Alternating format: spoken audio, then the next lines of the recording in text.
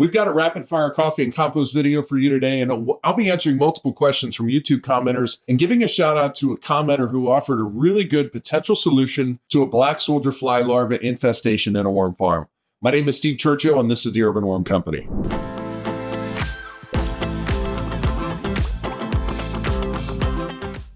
Welcome back. You know, I don't do that much blogging anymore, but I am doing a decent amount of YouTube these days, so I tend to get quite a few viewer comments on my videos, some of them offering advice, some of them asking me questions, and some telling me to perform an anatomically impossible act on myself. Now, they tell you not to read the comment section, but I just can't help myself. But in all seriousness, I get a lot of good questions, and most of them can be answered fairly quickly. So these make great fodder for our coffee and compost series where I quickly answer common questions. So I got some questions from YouTube commenters that we're going to get to today. Okay, guys, I know that you haven't watched this video yet, but I would still love it if you like this video. Hit subscribe and click that little bell to let you know every time we release a new video. I think we're doing good things here. And maybe drop a question of your own in the comments that I can get to in a future video. So first up is a question about whether or not I turn the castings to aerate the bin. My answer is yes, I do turn over the castings and the vermicompost, but not because I want to aerate the bin. I stick my hands in vermicompost all the time, but it's because I can't help myself. I just want to know what's going on under the surface. So I dig and dig until my curiosity is satisfied. Now, I can't imagine the worms love this, but they're going to have to put up with it for now. Now, I don't intentionally aerate my worm farms because the worms themselves ought to be doing that for me. If your bin actually needs aeration, though, it's because it's gone anaerobic due to too much wet food and not enough bedding. Okay, we got a question on asking how many pounds you should start with for a worm farm. This all depends on the surface area of the worm farm you plan to use. And I recommend starting a worm farm with 1/2 to 1 pound of worms per square foot. A tote like this one here is about 20 inches by 12 inches, which comes out to 240 square inches or 1.67 square feet.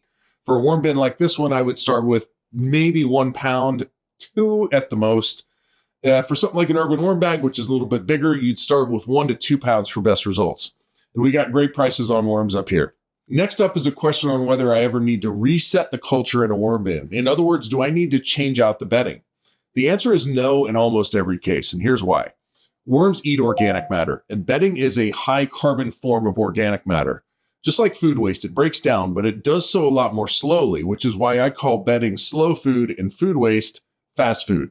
It's not like bedding in a hamster cage, which probably does need to be changed out every so often. The worms are just going to eat this stuff. All right, so to get back to the word culture, though, the only time you would need to reset the culture is if you have a problem in your bin that would just be too difficult to fix, like a really acidic or noxious environment that's causing protein poisoning in your worms, or if your bin has been overrun by critters like ants or Black Soldier Fly Larvae. Okay, so about those Black Soldier Fly Larvae. In this video, I talk about how I discovered them in my budget worm farm and how they absolutely demolished the pumpkin I'd put in there the week before. I talked about my remediation strategy, which was to stop feeding the bin and to remove the seed starting mat that I placed inside. Black Soldier Fly Larvae like warm environments, so I wanted to make sure that I stopped giving them a warm environment with that seed starting mat. Well, I got a great tip from a YouTube commenter, Aaron Brown at abrown09, and it was so simple that I'm ashamed I didn't come up with it myself.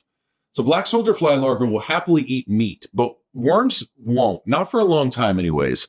So he suggested putting a hot dog or bratwurst in the worm farm, which would attract the larvae, but which would not attract the worms for a while. Once the Black Soldier Fly Larvae start attacking the meat, they'd be kind of collected in one place and they'd be a lot easier to scoop out.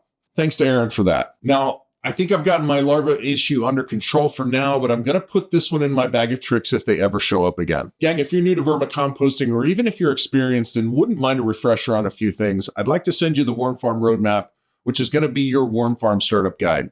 It's a soup to nuts guide for beginners, taking you from the choice of your worm farm all the way up to how best to screen your worm castings and then use your worm castings in the garden. Click this little link above my left shoulder to get that guide right now. Thanks for watching. Thanks for your questions, and drop your own question in the comments below, and I'll get to it in a future episode of Coffee and Compost. We'll see you next time.